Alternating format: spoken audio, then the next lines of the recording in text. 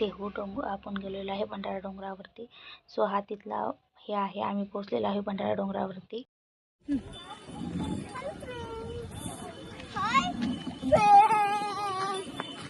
कुठं आला तू?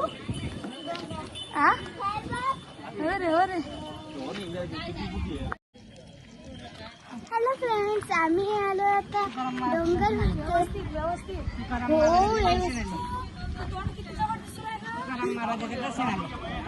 आणि आज आम्ही असं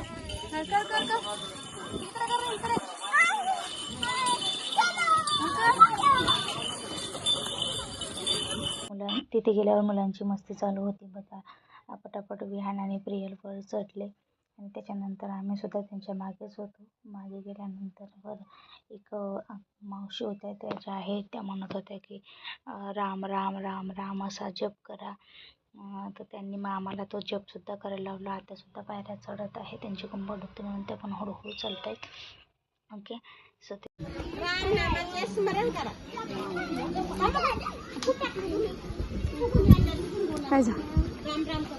त्यानंतर त्यांनी आम्हाला गोळ्या दिल्या होत्या, त्या आम्ही खाल्ल्या आणि ती चप्पल काढले. बघा आपल्या मंदिराचं, देहूचं जे गाथा मंदिर भंडारा डोंगर आहे, तिथे भंडारा डोंगरावरचं बांधकाम चालू आहे. खूप सुंदर प्रकारे बांधकाम चालू आहे.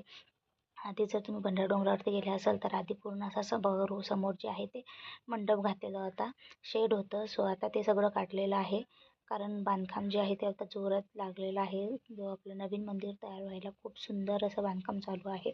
बघा इथे पूर्ण असा मंडप होता, तो पूर्ण काढलेला आहे. छोटासा रस्ता अंदर जायसाठी, मंदिरात जायसाठी ठेवलेला आहे. त्यानंतर आम्ही गेलो दर्शन घ्यायला. अशा प्रकारे आपल्या भंडारा डोंगरावरती तुकाराम महाराजांचं हे आहे, मंदिर आहे, मस्त असं आहे. बघा इथं आपण मंदिर ज्याचं बांधकाम चालू आहे त्याच्यासाठी देणगीसाठी हे सुद्धा आहे, ऑफिस आहे, तिथे तुम्ही पावती फाडून देणगी घेऊ शकता. त्याच्यानंतर आम्ही गेलेलो आहे जिजामाताच्या मंदिरापाशी. तर जिजामाताच्या मंदिराचा इतिहास असा आहे की ज्यावेळेस तुकाराम महाराज भंडारा डोंगरावरती त्यांच्यासाठी म्हणजे शिदोरी घेऊन येत होते, जेवण घेऊन येत होते, त्यावेळेस त्यांना येताना एक वेळेस पायात काटा रुतला होता. तो काटा काढायला साक्षात आपले पांडुरंग पंढरपूरचे जे पांडुरंग आहेत ते स्वतः आलेले आणि त्यांनी तो काटा जो आहे त्यांच्या पायातला काढलेला आहे. त्याच्यामुळे असं याचा इथली अशी इतिहास आहे. सो खूप मस्त असं मंदिर आहे आणि तिथे अजून मूर्त्यासुद्धा होत्या. एक विठ्ठल रुक्मिणीची सुद्धा मूर्ती होती. त्यानंतर आम्ही गेलो बाहेर गेल्यानंतर विहान बघा चप्पल घालते. त्यानंतर त्याचं चालू होतं की मला खेळणं घेऊन पाहिजेत. त्यामुळे प्रियलसुद्धा इथे शूटिंग काढत होती, व्हिडिओ काढत होती. तो गेला सगळ्यात समोर तो होता, कारण त्याला खेळणी जायच्या वेळेसच लागत होते. पण आम्ही त्याला बोललो की आधी दर्शन घेऊ, नंतर तुला खेळणी घेऊन देऊ. तो बघा काय काय खरेदी केलं हे तुम्हाला दिसेलच विहाननी. जर या ब्लॉगमध्ये झालं तर दाखवेल, नाही तर मग नेक्स्ट ब्लॉगमध्ये, कारण व्हिडिओ जो आहे तो मोठे होतात, त्याच्यामुळे मग आम्ही वेगवेगळे करत आहे. त्यानंतर आम्ही थोडेसे फोटो काढलेले होते. सो कसा वाटला आजचा ब्लॉग नक्की सांगा.